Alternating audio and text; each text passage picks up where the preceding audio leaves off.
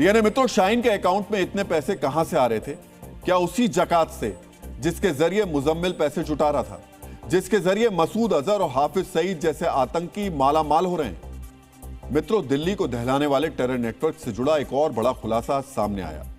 यह खुलासा जुड़ा है टेरर फंडिंग यानी आतंक फैलाने के लिए जुटाए गए पैसों से, और इस फंडिंग का केंद्र बिंदु है वो जकात, जिसे इस्लाम के 5 स्तंभों में से एक माना गया।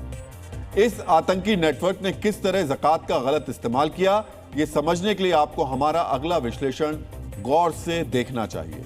दावा किया जा रहा है कि आतंकी गतिविधियों के लिए पैसा जुटाने के आरोपी मुजम्मिल ने एक ट्रस्ट बनाकर रखा था। यह कथित ट्रस्ट कश्मीर में मानवीय मदद पहुंचाने के लिए डोनेशन यानी जकात लेता था। जकात से आए इस पैसे का एक और बड़ा हिस्सा आरोपी शाहीन शहीद के खाते में जाता था। जांच एजेंसियों को पता चला है कि शाहीन के खाते में 20 लाख से ज्यादा रुपए इसी तरीके की जकात के पैसे से पहुंचाए गए।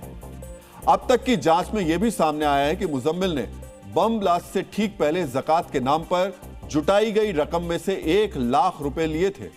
धमाके से ठीक पहले एक बड़ी रकम लेना इशारा करता है कि मुजम्मिल का इरादा इन पैसों के जरिए फरार होना था। एक ट्रस्ट के जरिए जकात के नाम पर पैसा आने की यह प्रक्रिया एक तरफा होती है, इसी वजह से इस रकम पर शक होना मुश्किल था। लेकिन अब जकात की आड़ में टेरर फंडिंग की यह साजिश एक्सपोज हो चुकी है। इस तरह जकात के जरिए आतंकी गतिविधियों के लिए पैसा जुटाने का एक और खुलासा पाकिस्तान में हुआ है।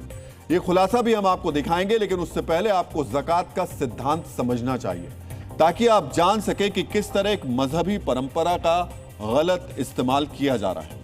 इस्लाम ने एक मुसलमान के लिए 5 स्तंभ यानी सिद्धांत बनाए हैं। ये सिद्धांत है शहादा यानी अल्लाह में अपना भरोसा बताना। दूसरा सिद्धांत है सलाह यानी 5 वक्त की नमाज। तीसरा सिद्धांत है ज़कात यानी अपनी कमाई का 2.5% समाज सेवा के लिए देना।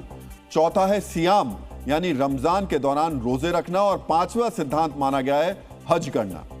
तीसरे सिद्धांत यानी ज़कात में यह भी बताया गया है कि एक मुसलमान को अपने पैसे का 2.5% किसे देना है। ज़कात फुकरे यानी गरीब को दी जा सकती है। इस्लाम के मुताबिक मस्किन यानी जरूरतमंद को ज़कात दी जा सकती है।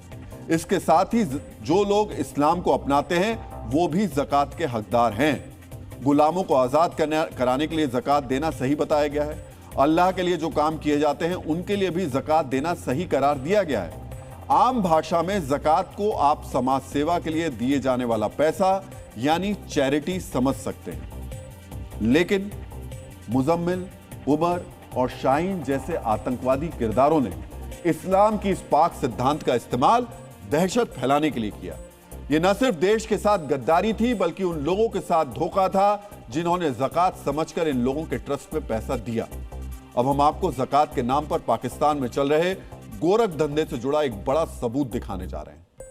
अपने टीवी स्क्रीन पर आप जो पोस्टर देख रहे हैं, यह आतंकी संगठन जैश-ए-मोहम्मद ने जारी किया। इस पोस्टर में आतंकवादियों के उपकरणों के लिए ज़कात यानी फंडिंग मांगी गई। पोस्टर में लिखा है मुजाहिद यानी आतंकी के जूतों के लिए 3,500 रुपए की ज़कात दी जा सकती है। बिस्तर के लिए 5,500 रुपए की ज़कात दे सकते हैं। गर्म कपड़ों के लिए 4,000 रुपए की ज़कात का जिक्र किया जाए और तंबू के लिए 1,500 रुपए की ज़कात की बात की गई। तो यह बाकायदा जैश-ए-मोहम्मद का पोस्टर है जिसमें जूते, तंबू, बिस्तर, गर्म कपड़े, इसके लिए ज़कात मांगी जा रही है। मांग कौन रहा है? आतंकवादियों का सरदार और सरगना मसूद अजहर। और किन के लिए मांग रहा है? आतंकवादियों के लिए। ज़कात देकर जिहाद का हिस्सा बने, ये कहा गया है इनकी तरफ से। जैश का ये पोस्टर है। 3,500, 1,000, 1,500, 5,500, 4,000, 2,000 अलग अलग रेट फिक्स किए गए हैं अलग अलग सामान के लिए।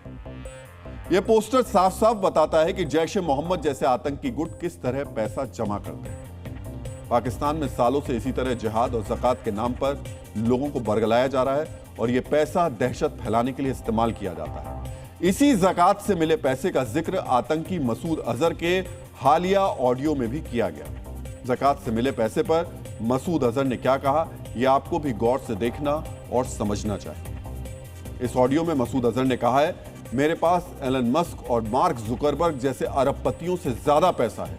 जब भी मैं जिहाद का नाम लेता हूं तो मेरे पास फौरन पैसा आता है। इसी वजह से हमारे पास जिहाद करने के लिए पैसे की कमी नहीं है। मैं जिहाद के लिए जितनी बंदूक और हथियार खरीदना चाहूं कभी भी खरीद सकता हूं। गुमान से भरा मसूद का यह बयान साबित करता है कि आतंकवादियों ने ज़कात को टेरर फंडिंग का हथियार बना लिया है और इस इकोसिस्टम को पाकिस्तानी सरकार और फौज ने शह देकर रखी हुई है। टेरर फंडिंग यानी आतंकी गतिविधियों के लिए पैसा जुटाने के आरोपों में फरीदाबाद की वो अल फलाह यूनिवर्सिटी भी घिर चुकी है, जिसे आतंकी डॉक्टर्स ने अपनी साजिश का अड्डा बनाकर रखा था।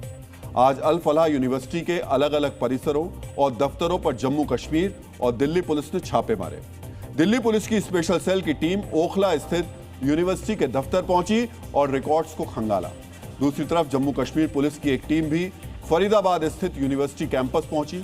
इस पूरी कार्रवाई का मकसद अल फलाह यूनिवर्सिटी के आर्थिक रिकॉर्ड्स का पता लगाना था, ताकि यह पता चल सके कि यूनिवर्सिटी के तार टेरर फंडिंग से जुड़े हैं या नहीं। इस संयुक्त कार्रवाई में अल फलाह ग्रुप से जुड़े 25 से ज्यादा ठिकानों पर छापेमारी की गई। इस कार्रवाई में 10 छात्रों के मोबाइल भी जब्त किए गए। जी न्यूज को मिली एक्सक्लूसिव जानकारी के मुताबिक इस जांच में एजेंसियों को कुछ अनियमितताएं भी मिली। जांच में सामने आया कि एक ही पते पर ग्रुप से जुड़ी 9 कंपनियों को रजिस्टर किया गया। पंजीकरण के लिए जो एड्रेस इस्तेमाल किया गया वहां कोई स्टाफ तक नहीं मिला, जो इशारा करता है ये कथित दफ्तर सिर्फ कागजों पर ही संचालित हो रहे थे। जिन शेल कंपनियों की जानकारी मिली है उनसे जुड़े फोन नंबर और ईमेल एड्रेस भी एक ही है। कागजों पर इन कंपनियों का बड़ा कारोबार दिखाया गया है, लेकिन ईपीएफओ यानी ईएसआईसी में कंपनियों का कोई रिकॉर्ड नहीं है। इतना ही नहीं, कंपनियों के जो निदेशक दिखाए गए हैं उनके केवाईसी रिकॉर्ड्स भी पूरे नहीं। ये जानकारी बताती है कि अल फलाह ग्रुप ने तय मानकों का उल्लंघन किया। आगे की जांच से यह भी साफ होगा क्या इस ग्रुप का टेरर फंडिंग से कोई रिश्ता है या नहीं। जिस टेरर फंडिंग से जुड़े तथ्य हमने आज आपको दिखाए हैं, इसी टेरर फंडिंग को लेकर देश के एनएसए यानी national security adviser Ajit Doval ने एक अहम बयान दिया है। वर्ष 2024 में एक भाषण के दौरान अजित डोवल ने कहा था, आतंकी गतिविधियों के लिए सिर्फ आतंकी संगठनों को ही जिम्मेदार नहीं ठहराया जाना चाहिए, बल्कि जो किरदार इन आतंकवादियों की फंडिंग करते हैं वो भी दहशतगर्दी के लिए उतने ही जिम्मेदार करार दिए जाने चाहिए।